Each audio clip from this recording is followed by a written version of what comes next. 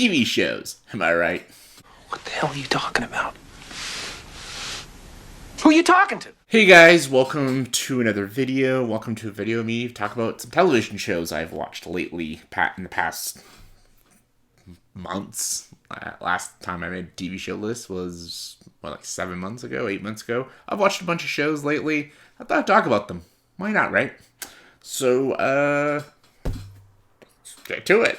First show I want to talk about, which is hard because it's not done, but I just wanted to talk about it just quickly, was The Penguin. This show is damn great. And it's not done. I just finished episode 5. It's not done yet. 3 episodes left.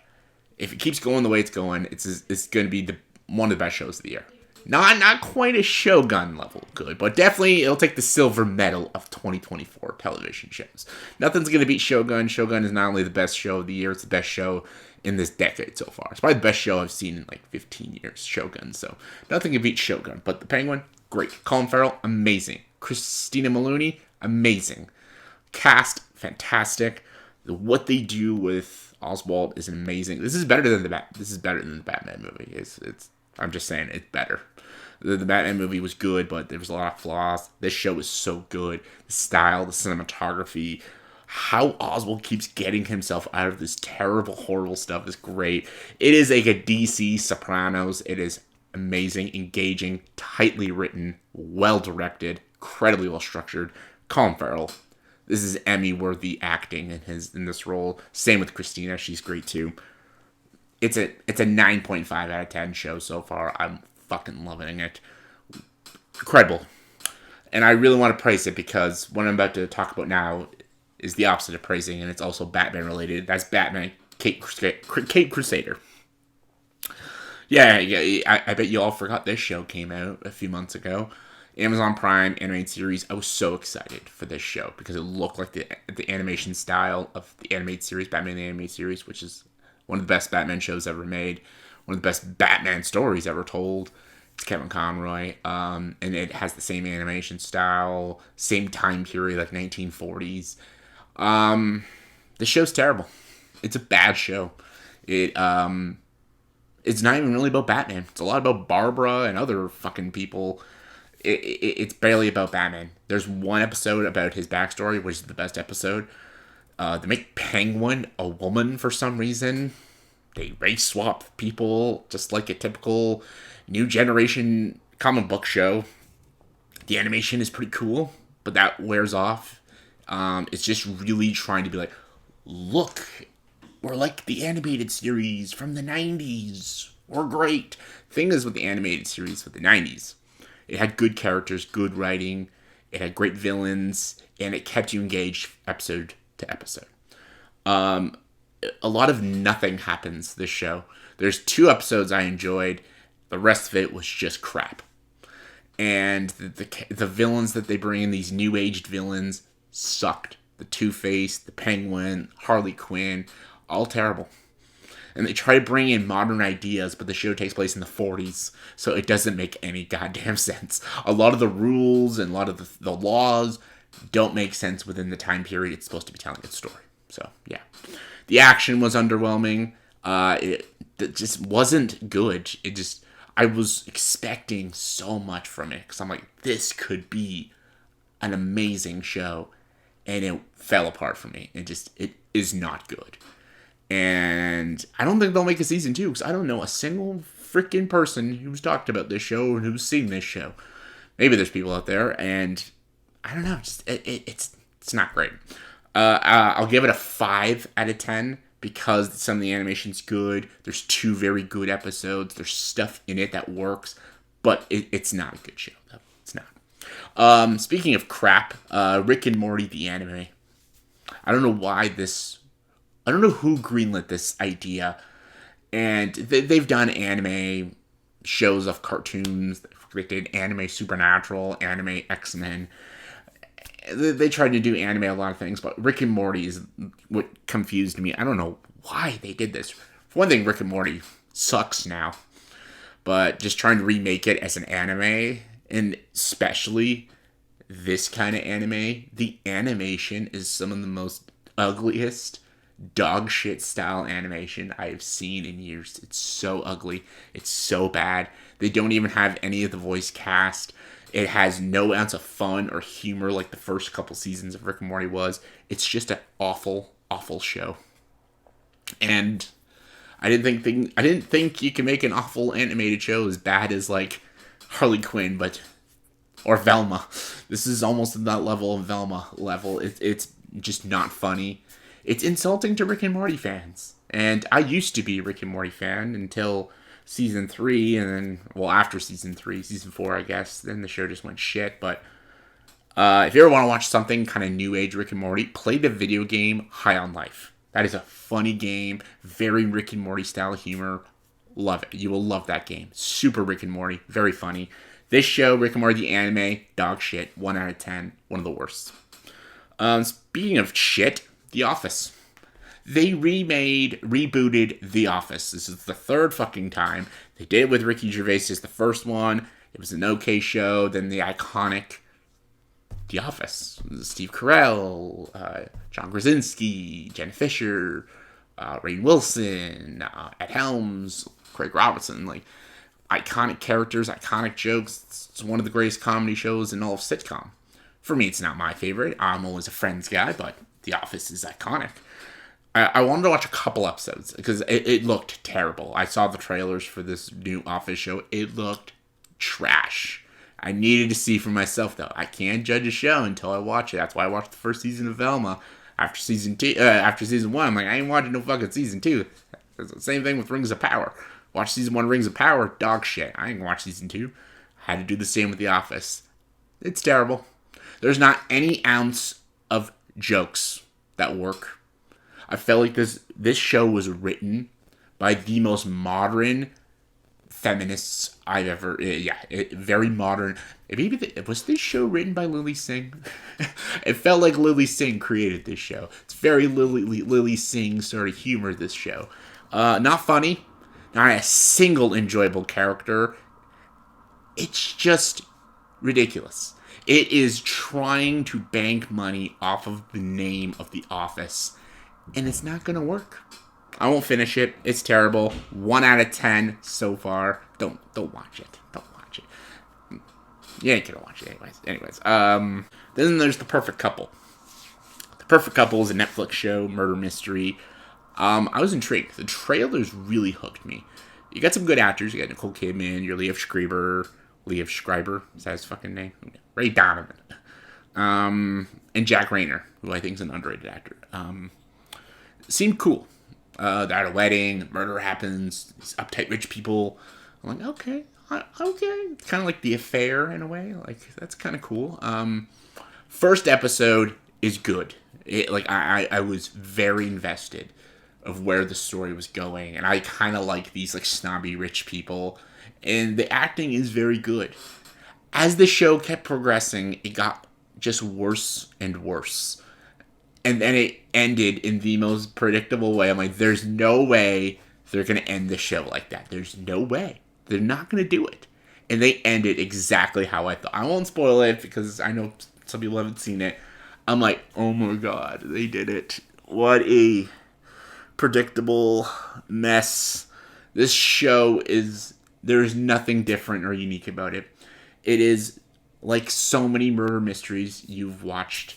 If you've watched yourself a good amount of murder mystery shows, you can figure out where the story's going by the end of episode 2. And that just doesn't make for an intriguing watch. The actors are pretty good.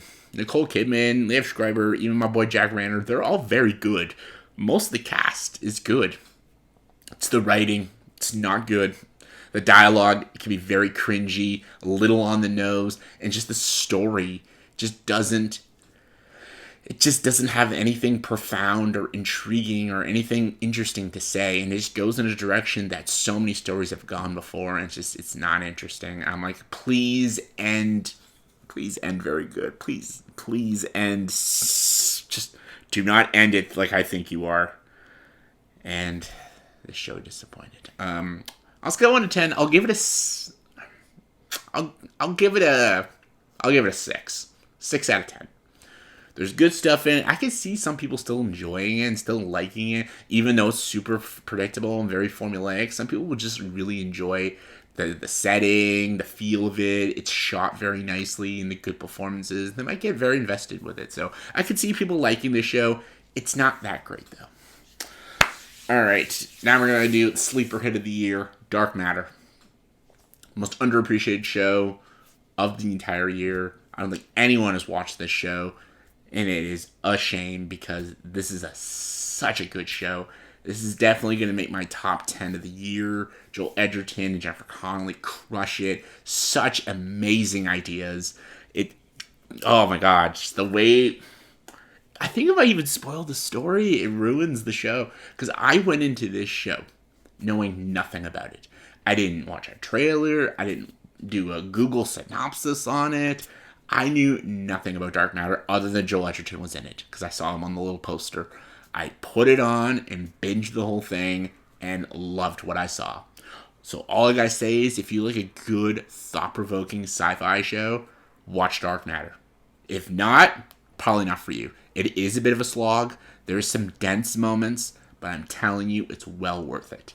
It is a very smartly written show with great characters, phenomenal performances. Definitely check this out. That's all I'm going to say. The less you know about this show, the better.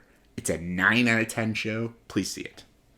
All right, now time to get into the seasoned shows. The shows that, continuation ones. House of the Dragon Season 2. House of the Dragon Season 1 I loved it. I loved the first season of House of the Dragon. I loved the new characters they brought in, the political warfare. It very much went to the basics of Game of Thrones. Season 2, I'm not a hater like everyone else is. I know a lot of people are saying Season 2 really dropped off from Season 1, and it did, but it's still good. The performances are still super strong. There is a lot of political intrigue. The last 2 episodes are very good. However, there is a lot of sluggish moments, and there's a lot of things that just go nowhere. And Daemon Targaryen sits on his ass the whole season, and that was very disappointing because he is like the best part of Season 1, and all he does is sit his ass down this whole fucking season and does nothing. It was almost like Tyrion in Season 5, 6, 7, and 8. So that was disappointing. There is good stuff in it. What they do with some of the Targaryens was really cool and pushing it forward. I could tell this show should have only been a 2-season show. Because everything that's going to happen in like Season 2, 3, and 4 could have all probably been condensed into one season. That's why I liked Season 1, because they put a bunch of years together in one season, and it worked very well because how well directed and paced it was. And it flowed so nicely. That's why Season 1 was so good. This one just, you feel the length of every episode, which is not a very good thing. But the acting is still great. The characters are still intriguing. I'm still invested with the show, and I hope Season 3 is better. It's still a decent show. It's still a pretty good season, but a huge step down from Season 1. I'd give it a 7 out of 10. I'm still invested. Now Tulsa King, Season 2. Still not done yet, but I love it. I'm loving the show. I love Stallone. It takes place just after Season 1 when he got arrested. Oh my god, the stuff he does with his daughter is great. Garrett Hedlund's back. I love him. Great character. Martin Starr is great too. Where they're going with against Tulsa against New York, really cool. I'm very intrigued at how it's going to end, but if you love the first season, I think this season might be even better. So 9 out of 10 for Tulsa King. Now The Bear Season 3. The Bear Season 3 was a huge disappointment because I love The Bear. The Bear Season 1 was amazing. The Bear Season 2 was masterful. Like Season 1 of The Bear, 9 out of 10. Season 2 of The Bear, 10 out of 10. Amazing. Season 3, huge step down. The first half of Season 3 was such pretentious dribble. I was like, what the fuck are you doing with this show? The first 2 episodes, there's like no dialogue. It felt like it was an art house show. I was like, what is happening? What are you doing? Oh god, I was like, oh my god. Did Terrence Malick direct the show now? Like, I don't know what they were doing. They were repeating a lot of the things from Season 2. It was a lot of recap. I'm like, what do you stop with the recap and just keep going. The second half of season 3 is a lot better. Where it's going is great. I'm very intrigued what they're gonna do in the next season and where the restaurant is gonna go, and like the character dynamics are good, but that's all in like the last 4 episodes. The first half is just nothing happens, and it's so boring to watch. And it's crazy because season 2 was just so amazing and so good, and I was so invested with all these characters. And then this new season just stops time and makes every second feel like an hour, and it was painful to watch. And it's sad because I'm a huge fan of The Bear. I love the first 2 seasons so much, but this season, again, what a step down. It's a 6 out of 10 season. I will never, if I binge The Bear again, I will not watch season 3 again. I will watch season 1 and season 2, and if season 4 is better, then I'll go right to 4. But what a disappointment season. And lastly, I'm going to talk about Rivals. I just started it the other day. I watched the first 2 episodes. Pretty cool. It's a David Tennant show. Very darkly comedic. Again, about 2 rich billionaires going against each other, rivalry and shit like that. Pretty cool. It's funny. It talks about the underbelly of billionaires and corrupt corporations.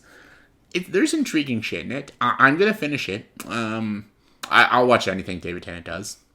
I'm a David Tennant fanboy, I guess. Except Doctor Who. Never watched Doctor Who. Still get shit for that, but so far it's good. I mean, like, it's like a 7 out of 10. I'm enjoying it, but I haven't finished it yet. So yeah, those are all the shows I've watched lately. So thank you guys for watching, and let me know in the comments below what are some shows you've watched in the past few months. Comment below, let me know, and as always for this video, please subscribe to the channel. Enjoy the dark side.